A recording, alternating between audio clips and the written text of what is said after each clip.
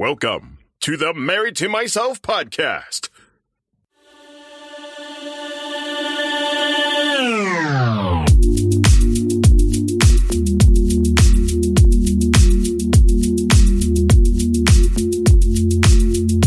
I'm a mess. Don't know how I got here, but I'm blessed. Didn't know it'd take me past my destiny. You're behind me with the rest, 'cause I'm a mess. No more you.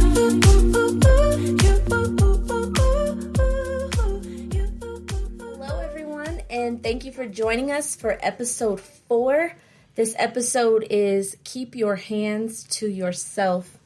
I talk about domestic violence in my book in the very early chapters because we learn in preschool and in kindergarten to keep our hands to ourselves. You can't learn in school if you are worried about physical boundaries being violated. It makes it hard to focus, and it's no different in the school of marriage. If you're worried about physically fighting with your spouse, it's going to be really hard to focus on all of the other issues that people have in a marriage. So when people don't set up boundaries of we will never touch each other out of anger, then your argument can go anywhere. It's boundless. And then you find yourself in a whirlwind of just always being really tired because there's no limit set on how far things can go. But when you reel it in and you set limits, your arguments can be really effective because you know that it's never going to go there. You're never going to call each other out of your names. You're never going to hit. You're never going to throw.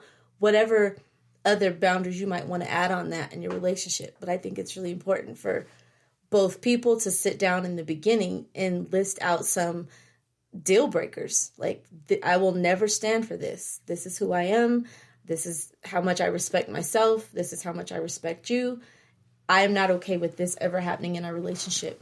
We did that at 15 because there were certain things we both took from our households that we knew we just did not want for ourselves in our adult lives. And there were things I listed out and certain things I never thought of. One being physical. I never even thought of that because I had never seen my mother in a physical fight with anyone. But you had. And what we're talking about in this episode, it's not even a two-way fight. It's specifically when women think that it's okay in their anger or frustration with their husband to justify hitting them or throwing things because they're just so angry. But in reality, if that boyfriend or husband reacted the same way, there would be a big problem. The police would probably get called.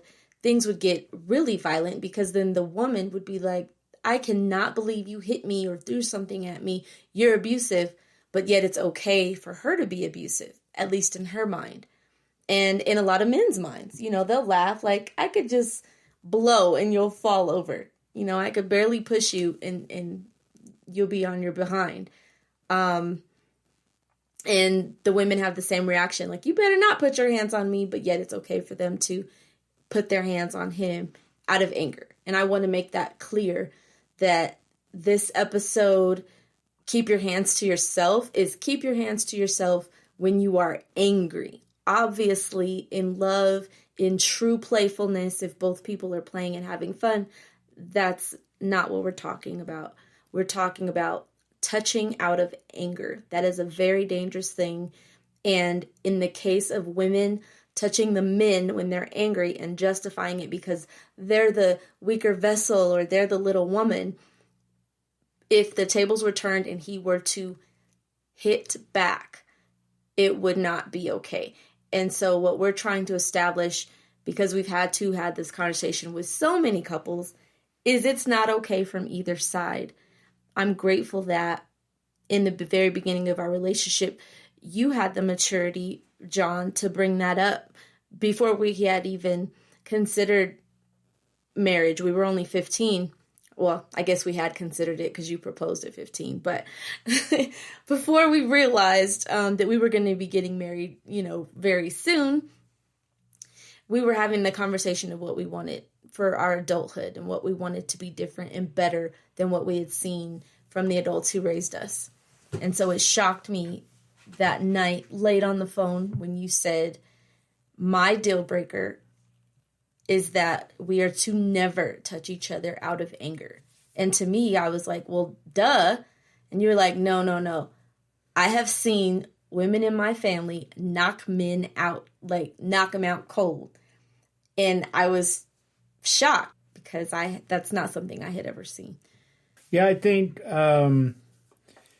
definitely coming in with two different backgrounds and two different understandings, there's always going to be what people consider okay and what they consider not okay. You know, growing up and now getting an understanding that dating is definitely about establishing, you know, what's okay and what you've been through and what you've seen and what's not okay.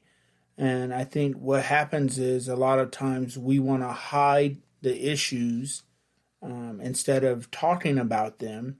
And then when we get into a relationship, then those issues come up, you know, whether it be men being abusive physically or women being abusive physically. Yeah, we were just talking to someone that we know who had served some time, like prison time, and has been out for a long time, but still that's always in the back of your mind. You want to be careful with the decisions you make, the people you associate yourself with, because you have less chances if something were to go wrong, you know, of not being convicted of something more harsh because of your record.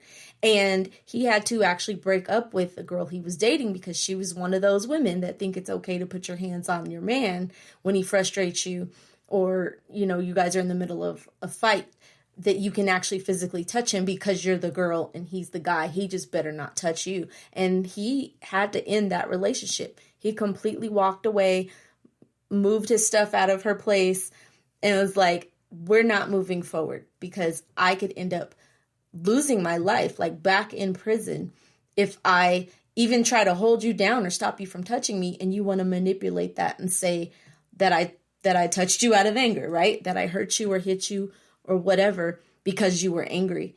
And I thought that was a really good call, because you are playing with your life at that point when you don't have many chances to get in legal trouble, and then you're messing with someone that thinks it's okay to touch you out of anger, because that can go bad really quick, and oftentimes it does. I think my chime in for the women, and as a guy's stand, like I'm 250 pounds right now. At any point, you know, a young lady or a grown woman, a grown man, if I were to get angry and punch you in the face, it could do some severe damage. And a lot of times, you know, women don't think about those things before they decide to, you know, scratch or smack or physically try and harm a man. You know, a lot of times we hear, she keyed my car, or she went crazy and busted out my windows, and she threw a brick at me. You know, it's all fun and game when you throw a brick at a guy because, you know, the saying is you throw like a girl, right? But most men that I know, if they threw something with intention of hitting you, they would hit you with it. So imagine a man throwing a brick, you know, or even a rock, you know, what often happens that women do to men. Imagine that in reverse, you know. Be funny, someone who was a quarterback in high school or, a pitcher in baseball, if they threw a rock at you, man, they could probably kill you. But you don't often take those things into consideration when you're angry and decide to damage or hurt or physically hurt a man. Yeah, I think in our culture, I would say American culture, because every culture has domestic violence issues. We don't even have to get into the specific statistics on, what races have more domestic violence cases, because we know that happens for everyone. So we'll just leave it at that. in our culture, in this country, probably even the world, but definitely westernized culture, there is this idea of, and it's especially portrayed, I can picture it in like our black and white old school movies, where she gets upset and she slaps him in the face and he just responds very passively, you know, maybe feeling guilty because he deserved that or whatever, but it's allowed. And so we've been indoctrinated with this idea as women in westernized culture that it is okay to touch men out of anger. They just better not ever touch us out of anger, because then that's domestic violence. So I think it's funny. Sorry to interrupt you. But doesn't that go back to like the woman's rights? You know, the woman wants to be in the same as the man. They want, you know, everything that the man has, the woman has. Like, well, all right, you put your hands on a man and they call the cops on you. Mm-hmm. And you go to jail. Shouldn't you go to jail? Shouldn't you do domestic violence? Right. You know, but that's rarely how it happens. But, you know, on the opposite side, and it's funny, I used to actually play this with my son. He would hit me, and I would say, okay, now let me hit you with the same amount of force that you hit me. And if that game was ever played with a woman where she decided to reach up and smack a guy, and he turned around and not using all of his strength, just returning the fire, you know, with the same amount of force that she smacked him and smacked her back, it wouldn't be the same. Her feelings would be hurt. Oh, man, she'd probably hit the ground. Mm-hmm. You know, got to understand the stance of a guy is not the same. So do you really want equal treatment? Do you really want to be treated the same as a man? That's a whole other topic. Right. But I definitely want to chime in and say to any men out there that are listening, any women out there, heart to heart, I think if a man ever puts his hand on a woman out of anger, he is a coward. He's straight coward. I don't think women should ever hit a man. I don't think that that's okay by no means. And I'll say but, and people say, well, you know, but means you voided it. No, but doesn't matter.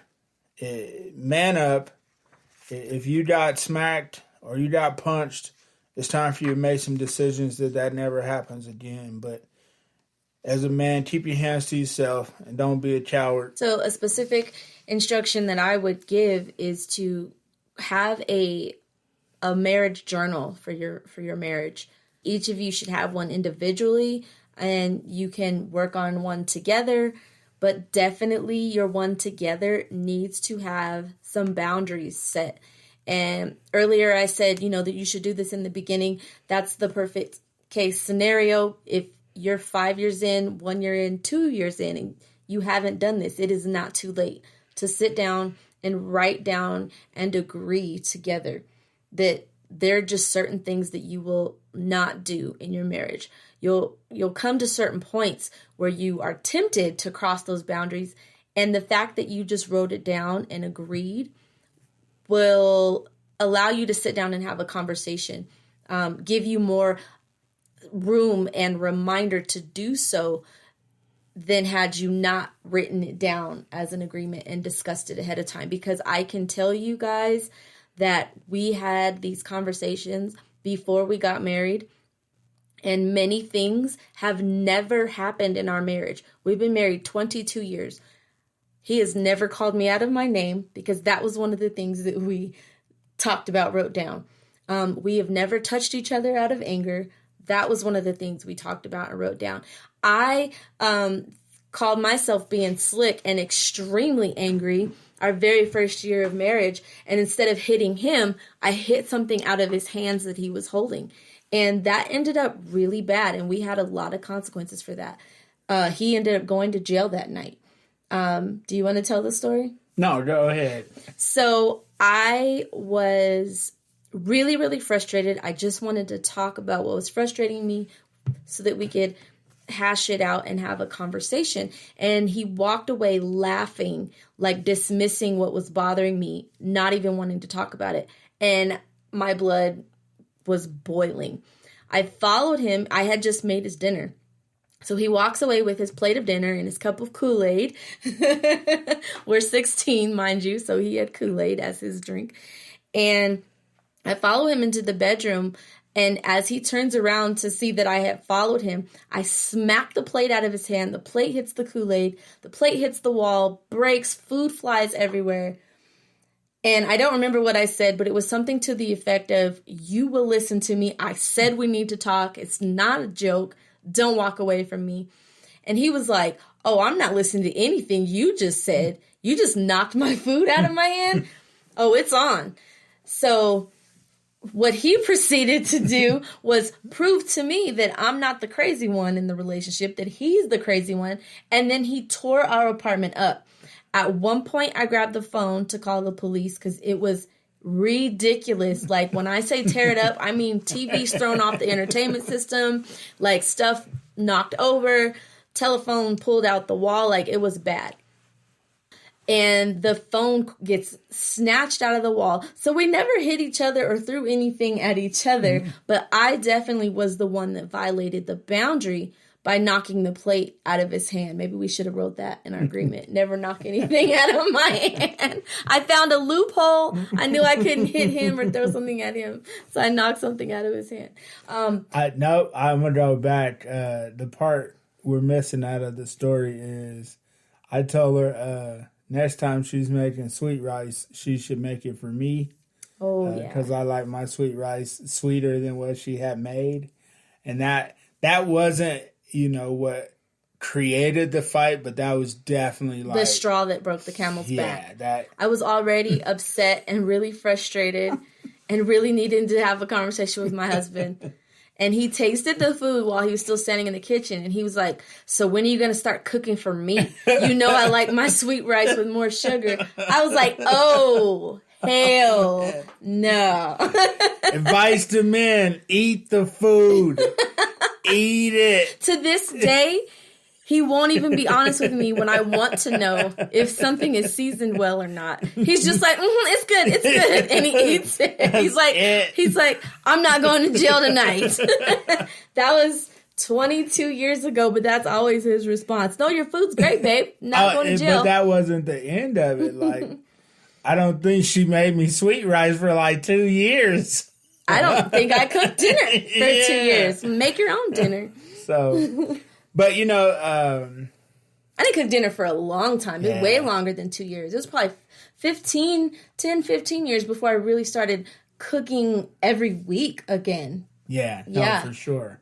For sure. And that's some of the things you have to definitely realize that you lose after you break a boundary or after it goes that far. Is something is going to change. It's guaranteed when you violate someone's feelings and their, some stuff you set in stone. You may not realize it right away, but something definitely changes. Maybe the way that they look at you, or the way that they even communicate. Because maybe now they're talking out of fear. And we laugh about it, but. That was me. I'm like, nah, I'm going to eat the food and I won't say nothing because that was the fear. I was like, I can't afford it. I can't go back to jail. I don't want to do anything to make you mad or to ever put our relationship in that situation again. So right. And our marriage at that point was definitely in the preschool, kindergarten stages. It was our very first year of marriage, on top of the fact that we were also teenagers. So the adults that we talk to that have this same issue where the women think it's okay to touch the men out of anger, they're in their 30s, 40s, 50s, and 60s, and this is still happening. So the question there is, what grade is your marriage in? Yeah. That is the question. The book, Growing into a Mature Marriage, from kindergarten to college, we find ourselves in different grades in different areas of our relationship. for some of us, we don't have anything figured out. So the whole marriage is in kindergarten. But for a lot of us, certain areas, we are really great with our communication. We've got a great understanding. We never have to worry about certain things in this particular area. And then you switch to a different area in the marriage, and it is just rocky and unstable, and we're not seeing eye to eye. So with this episode, we want to help you see eye to eye on this particular topic so that you can graduate into the next level. Keeping your hands to yourself is so important because your life can change in a split second with a very bad decision. And nowadays, and it's been this way for a while, the law had actually just changed when we were 16, the night John went to jail, that if the police get called, both people are to go to jail.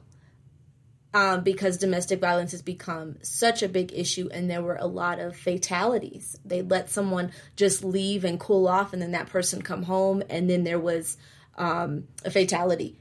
It got really bad. So the law had just changed. So they had to take one of us. And thank God for me, we had our son, and I was holding our son. But they told me, had our son not been there, I would have went to jail because I knocked the plate out of his hand. So it's really important to stop when you're frustrated, take a deep breath, read my book. The beginning of my book goes into great detail about self-control. Married to myself. There's nothing you can control on this earth except you. And the power that you will gain. And I'm talking to you women, since this episode is about women, acting out of anger. The power that you will gain in your marriage by coming to terms with the fact that you cannot change him, but that you can change you, is an epic realization, and it is extremely empowering. The things that he's continuing to do to take you to that point where you feel like you can blame him for your anger and for your choice to take a physical action to touch him out of anger or throw something at him is a choice, and it's your choice. No one can make you do anything. And life is really short. So this is a realization you want to come to sooner than later so that you can truly mature into the point where your marriage is not draining the life out of you, but doing the opposite, putting life in so that you do live longer and have more peaceful, happy days. You can't change him. You can only change you.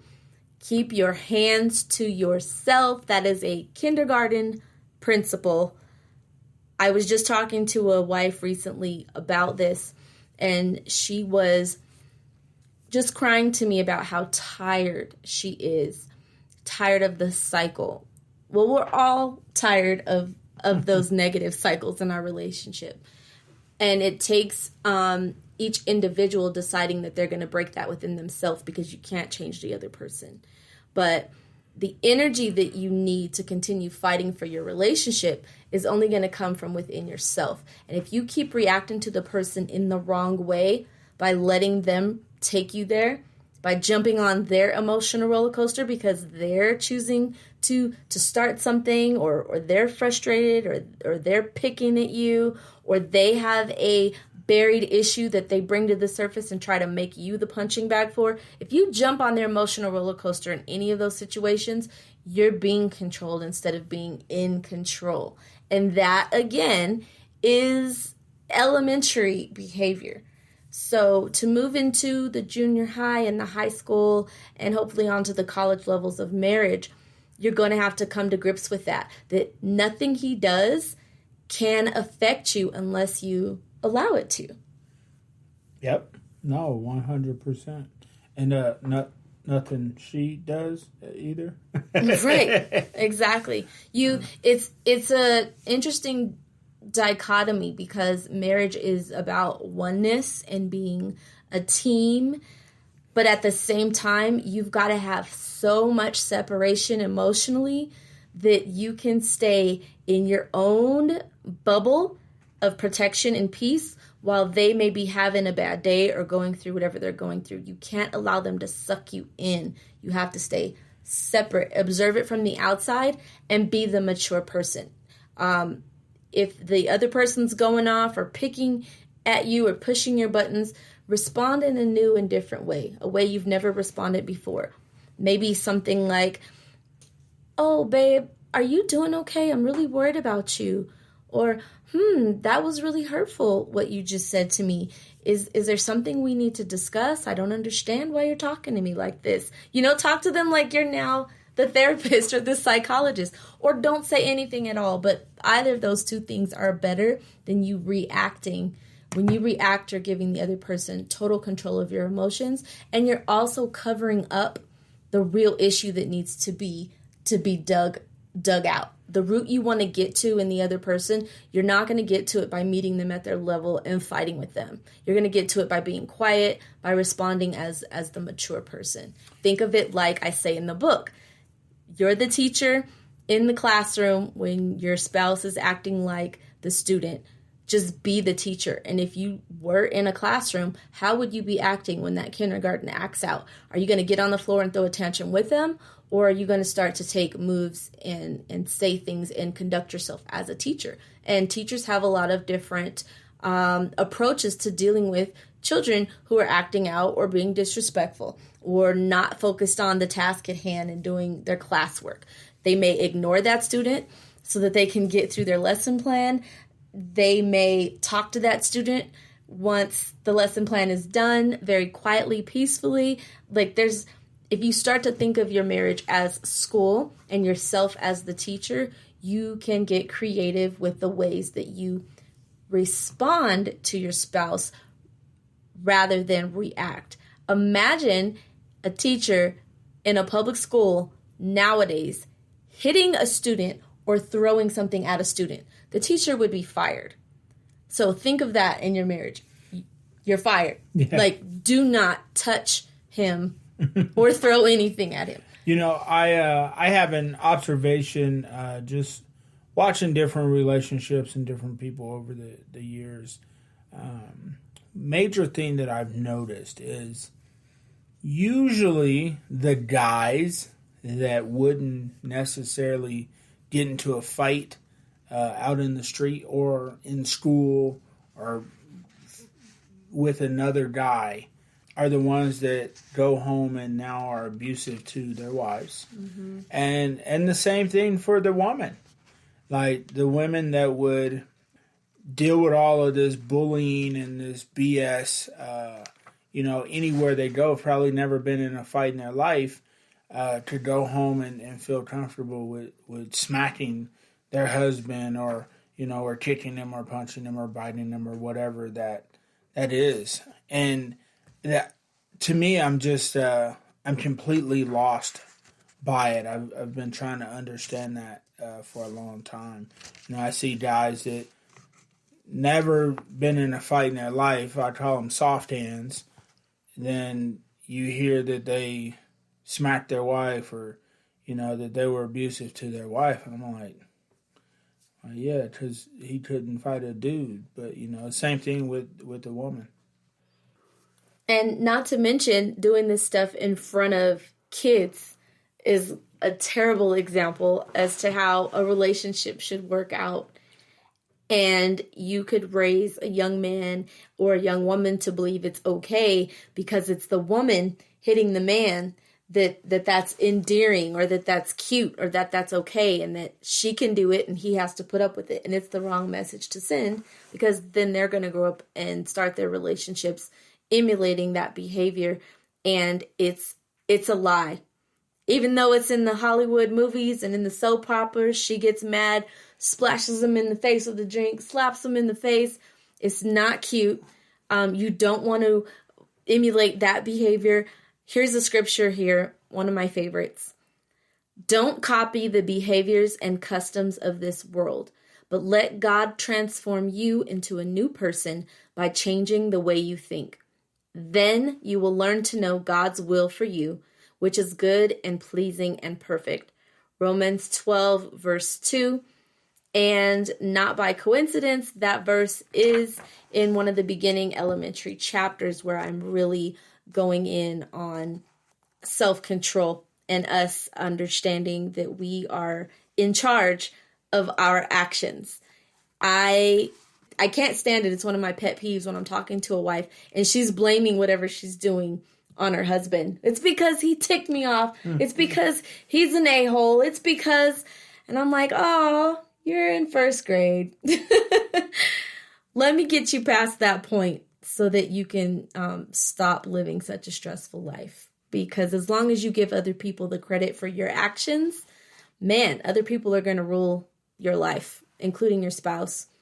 Here's a quote from page 35 in the book.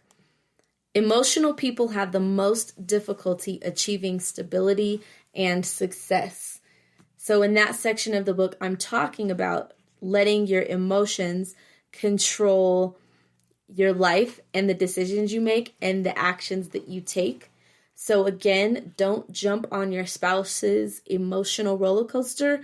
Let them ride the ride by themselves. You can be an observer, a reporter. I noticed, babe, that you are a little frustrated. I heard you say this, and that. Is there something I can do to help you? Or, how can I help you have a better day? And some of you might be listening to this like, oh, come on, that sounds so corny. Who's actually going to respond that way? The person that wants to figure out how to have a better marriage. That's who's going to respond that way. It's not fake. This is real advice from someone who's been through all of those things and has made it through and now have enough strength to share with you to help you get through the grades of marriage and experience something better. We're living in a hectic world, really complicated times.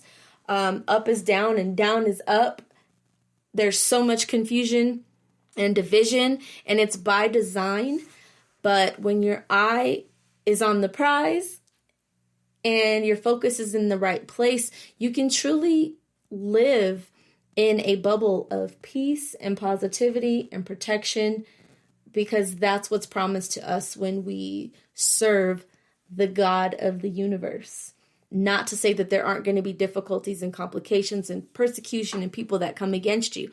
Of course, there's going to be that, but it does not have to be within your own household. You can build your marriage to a point where you've got each other's back no matter what, and you are arguing less and less and less, to a point where you have to really sit down and think about what are the things people argue about in their marriage, because it's been that long since you've argued about anything. It's a blessing to get to that point, especially after years and years of tears.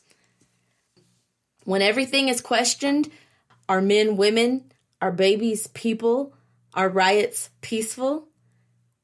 You don't want the question in your marriage of, do we want to stay married? Right.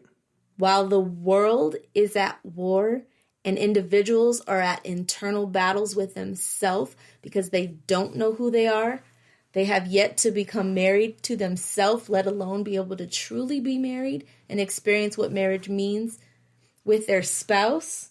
Settle down, listen to these podcasts, read your Bible, get the book Growing into a Mature Marriage from Kindergarten to College. Pray, pray, pray for the strength and discernment. The Lord says, my people shall hear my voice. And in these times, he's raising up individuals and couples to teach and help strengthen the ones out there who are really ready for a change in their life, because you can't control anything else going on outside, but you can control everything going on inside, and we're here to help you find that power. The mature marriage was once an immature, sloppy, hot mess. We all have to start somewhere. Love yourself so that you can love each other. We love you, and we will talk to you on the next one.